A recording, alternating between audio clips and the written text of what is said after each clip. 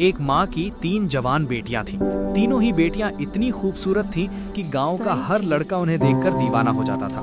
लेकिन उनकी यही खूबसूरती उनके लिए सबसे बड़ा श्राप बन गई थी। हर दिन तीनों बहनों के बीच झगड़ा होता था कि कौन सबसे सुंदर है। माँ हर दिन के इस झगड़े से तंग आ चुकी थी।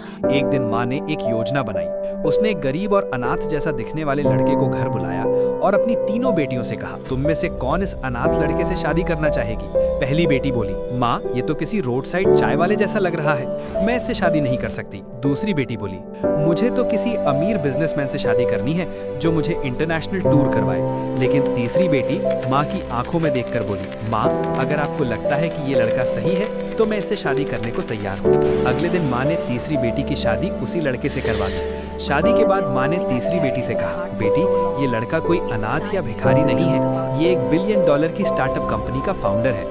ये सुनकर दोनों बड़ी बहनें चौंक गईं। तीसरी बेटी हैरान होकर पूछी, माँ उसने भिखारी का रूप क्यों लिया था? माँ मुस्कुराकर बोली, क्योंकि उसने मुझसे कहा था मैं उसी लड़की से शादी करूंगा जिसके दिल में सच्चाई हो, ना कि जो सिर्फ मेरी बैंक बैलेंस देखकर फैसला करे। अगर आप भी अपनी माँ से प्यार करते हैं तो बिना सब्सक्राइब किए मत जाएं।